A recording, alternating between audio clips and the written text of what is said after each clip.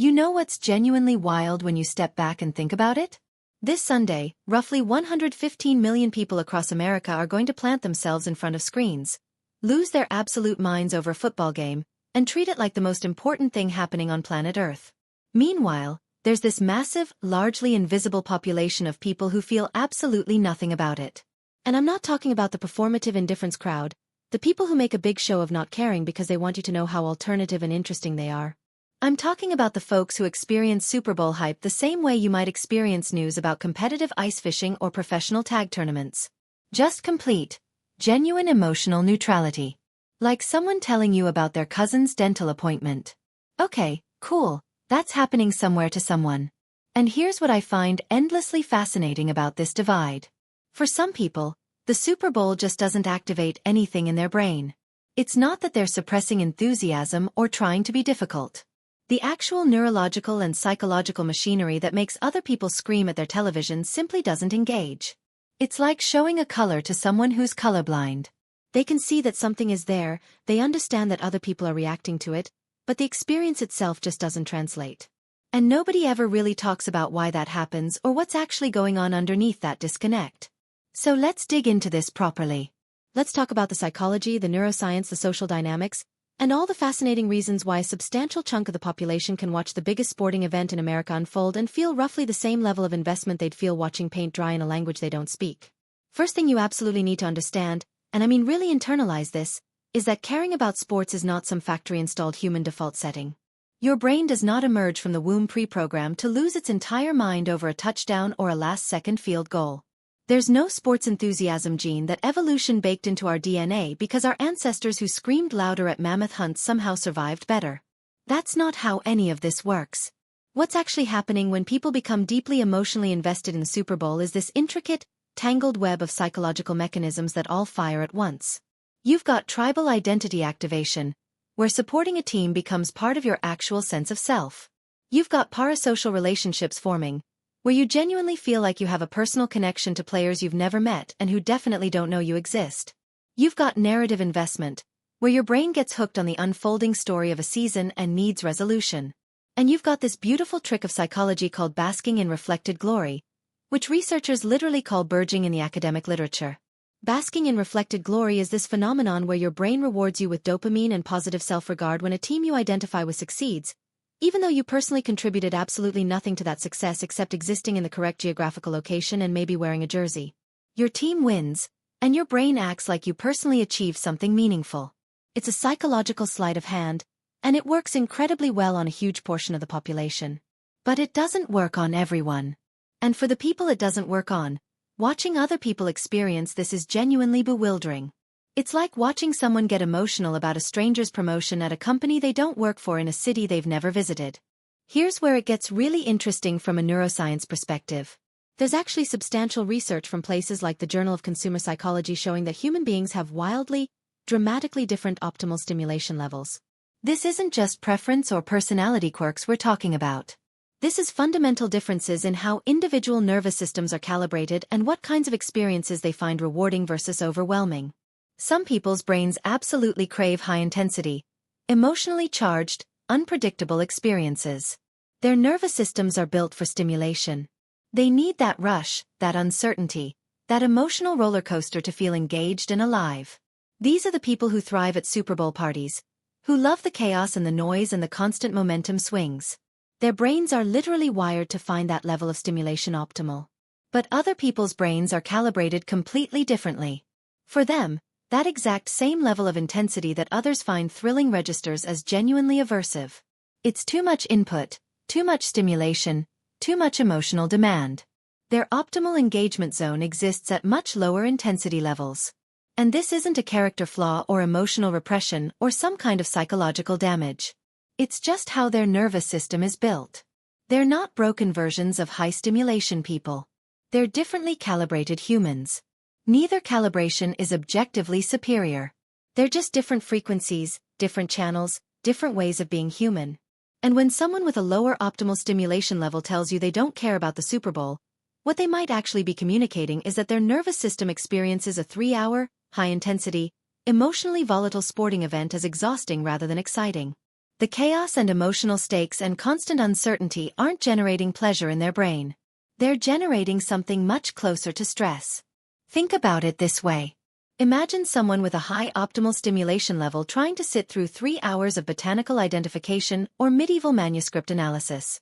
They'd be crawling out of their skin with boredom, desperate for anything more stimulating to happen. That's roughly what a low-stimulation person experiences at a Super Bowl party. Except everyone around them is having the time of their life and they're supposed to pretend they're also having fun. It's a fundamental mismatch between the event and their neurological wiring. Now let's talk about something that sounds maybe a little dramatic, but is actually profoundly important to understanding sports obsession. Humans are tribal creatures by fundamental evolutionary design. We survived as a species not because we were the strongest or fastest, but because we formed cohesive groups that could cooperate, coordinate, and compete with other groups. Tribalism isn't some unfortunate bug in human psychology. It's a core feature that kept us alive for hundreds of thousands of years. And modern sports fandom taps directly into that ancient tribal wiring. When you support a team, when you identify with a franchise, when you feel genuine emotional investment in whether your team wins or loses, you're activating the exact same psychological machinery that helped your ancestors distinguish between us and them on the African savanna. The emotional response to "my team won" versus "their team won" follows remarkably similar neural patterns to ancient in-group versus out-group dynamics. Your brain genuinely treats your sports team as part of your tribe. It processes their victories as your victories and their defeats as your defeats. The psychological investment is real, the emotional stakes are real, and the sense of community and shared identity is deeply, genuinely meaningful to the people experiencing it. This isn't fake or shallow. It's humans doing what humans have always done, finding groups to belong to and deriving meaning from collective identity. But here's the critical thing nobody seems to talk about. Not everyone experiences that tribal pull with equal intensity. Some people's brains just don't activate that in-group loyalty circuit as strongly in response to sports teams. And it's not because they're somehow more evolved or less tribal or more individualistic. They're tribal about other things.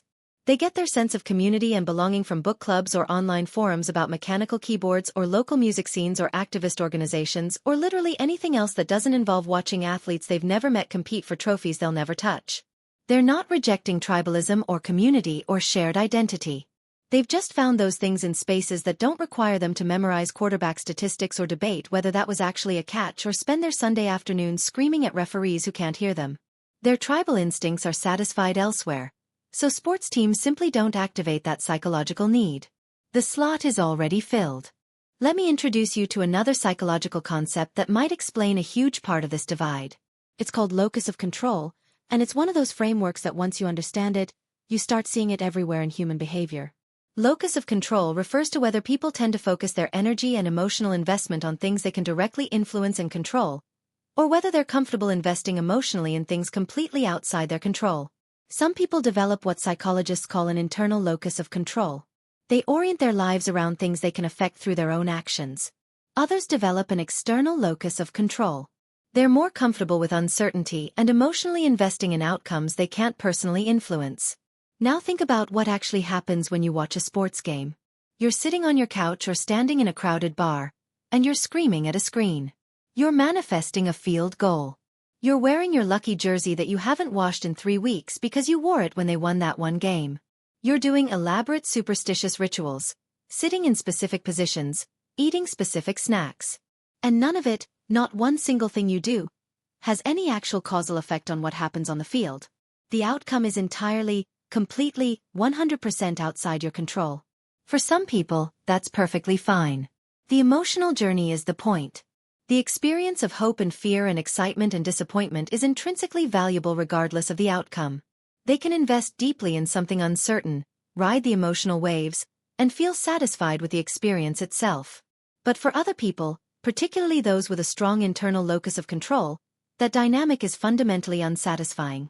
Spending emotional energy, time, and attention on something where their effort and investment creates zero actual impact feels pointless. It's not that they can't understand why others enjoy it. It's that their psychological reward system is calibrated differently. They get satisfaction from effort that produces visible results, from learning skills that improve with practice, from working toward goals where their actions matter. Watching a game where absolutely nothing they think or feel or do changes anything is like running on a treadmill that's not even turned on. You're going through the motions, but you're not actually getting anywhere. And neither approach is wrong. They're just different psychological orientations toward agency and control, and where it makes sense to invest emotional resources. Okay, let's talk about something that I think is massively underappreciated in this conversation. The sheer sensory and emotional intensity of modern sporting events and the viewing culture around them. Because here's what nobody seems to acknowledge. Modern life already feels like you're being absolutely pummeled with stimulation from every possible direction at every possible moment. Think about what your average day looks like. You're getting pinged with notifications every 3 minutes. Your phone is buzzing with texts, emails, app alerts, news updates about the latest political dumpster fire, DMs about TikToks you haven't seen, calendar reminders, delivery updates. You're juggling work deadlines and personal obligations and financial stress and relationship dynamics and trying to remember if you fed the cat this morning. Your nervous system is already running at like 85% capacity just managing baseline existence in 2026. And then the Super Bowl comes along and it's like, hey, here's another thing that requires your attention and emotional energy. Come watch commercials that cost $7 million for 30 seconds. Experience manufactured drama. Feel things about strangers running into each other. For a lot of people, that's just one more demand on an already overtaxed system. It's not an opportunity for fun. It's another obligation, another thing trying to hijack their attention, another source of stimulation in a world that already has way too much of it. And this is especially true for people who psychologists describe as highly sensitive persons, which is apparently something like 15 to 20% of the population. These are people whose nervous systems process sensory input more deeply and more thoroughly than average. They notice subtle changes in their environment. They're more affected by noise, crowds, bright lights, and emotional intensity. And for them, a Super Bowl party isn't just a fun social gathering. It's a 3-hour sensory assault course that leaves them completely wiped out for days afterward. Think about what's actually happening at a typical Super Bowl party. You've got the television blasting at maximum volume so everyone can hear over the crowd noise. You've got 30 people packed into a living room designed for 8. Everyone's talking loudly, yelling at the screen, reacting dramatically to every play. There's music during commercial breaks. There's bright lights and flashing screens and constantly moving visual stimuli. There's the smell of various foods mixing together. There's physical crowding and random people brushing against you. What's an exciting party atmosphere for some people is genuine physical and emotional overwhelm for others. They're not being antisocial or stuck up. They're legitimately overstimulated to the point where their nervous system is just screaming for everything to stop. And when the game itself holds zero inherent interest for them, suffering through that level of stimulation for 3 hours just so they don't seem weird becomes an absolutely brutal cost-benefit calculation. Here's another dimension of this that almost never gets discussed. People vary dramatically, massively, enormously in how comfortable they are with unpredictability and ambiguity. There's solid psychological research showing that uncertainty tolerance exists on a broad spectrum, and where you fall on that spectrum profoundly shapes what kinds of experiences you find enjoyable. Sports are fundamentally, inherently, essentially uncertain. You never know what's going to happen. That Hail Mary pass could get intercepted or it could result in a touchdown. The game could go into overtime or it could be a blowout. Your team could win or lose, and up until the final seconds, the outcome is genuinely unknowable. And for high uncertainty tolerance people, that's the entire point. That's what makes it thrilling and engaging and worth watching. But for people with lower uncertainty tolerance, that exact same unpredictability doesn't register as excitement. It registers as stress. They're not enjoying the suspense. They're not thrilled by the back-and-forth momentum swings.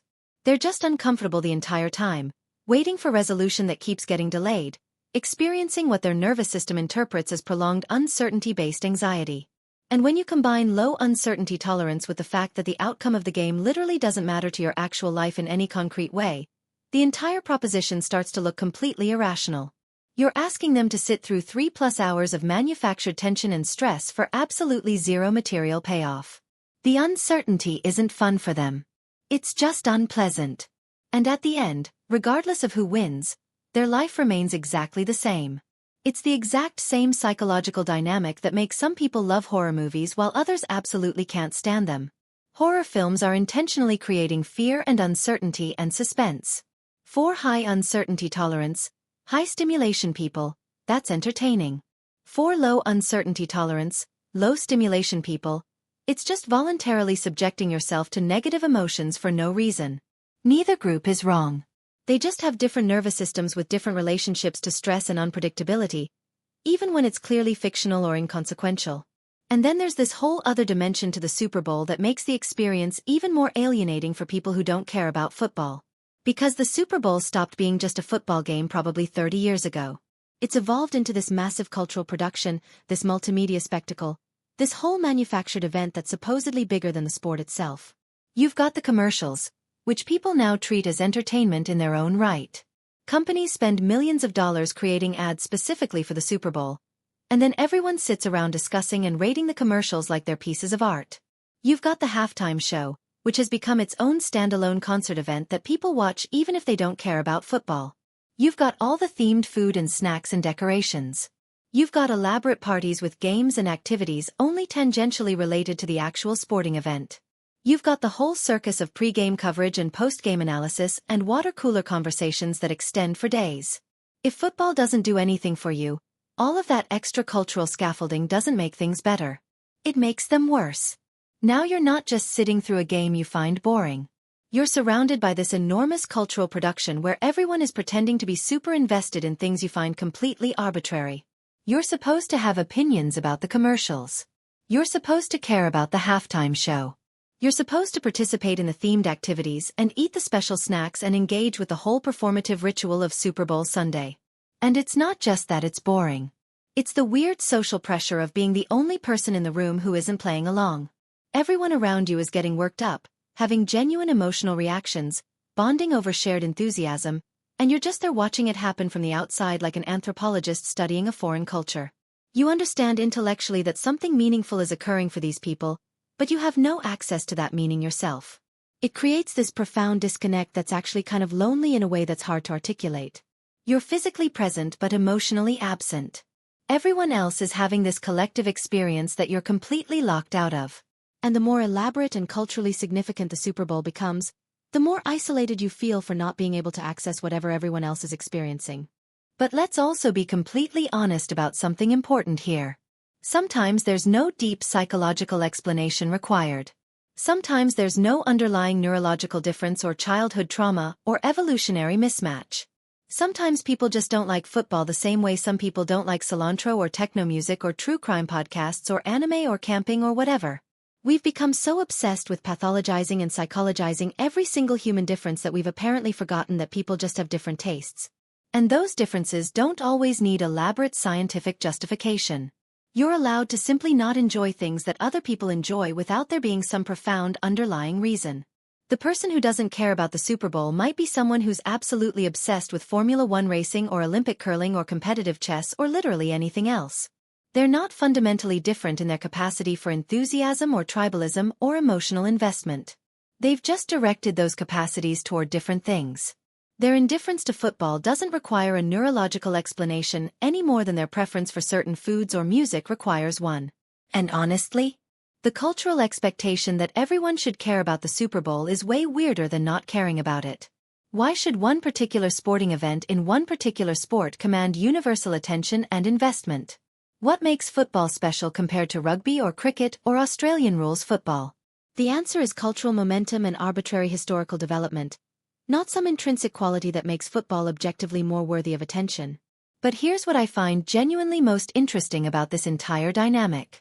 It's not actually the people who don't care about the Super Bowl that fascinate me. It's how uncomfortable it makes other people when someone says they don't care. The immediate defensiveness. The assumption that you must be lying or trying to be edgy or feel superior. The need to convince you that you're missing out on something important. The subtle social pressure to at least pretend to care so you don't make things awkward. That reaction tells you absolutely everything about how sports function as identity markers in contemporary culture. Sports fandom isn't just entertainment or a hobby. For many people, it's a core component of their social identity, their sense of community, their connection to their family and friends and geographical region. It's deeply, genuinely meaningful in a way that goes far beyond the games themselves. So when you reject the Super Bowl, when you opt out of that shared cultural experience, some people hear that as rejecting them personally. You're not just saying, I don't enjoy this particular form of entertainment. You're implicitly questioning the value of something that's central to their sense of self and community. You're threatening the shared reality that bonds their social world together. And I think there's also this underlying anxiety that if too many people opt out, if too many people stop caring, the whole thing loses its cultural weight and significance. The Super Bowl only matters because we collectively agree it matters. It's a shared fiction we maintain together. And when someone refuses to participate in that fiction, it's like pointing out that the emperor has no clothes. It forces everyone to confront the essentially arbitrary nature of the whole enterprise.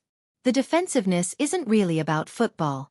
It's about belonging, shared meaning, collective identity, and maybe some deep discomfort with the idea that the things we've invested enormous emotional energy in might not be objectively important or universally compelling. So if you're someone who genuinely doesn't care about the Super Bowl, there's probably some combination of factors at play. Maybe your optimal stimulation level runs lower, and you find high-intensity sporting events overwhelming rather than exciting.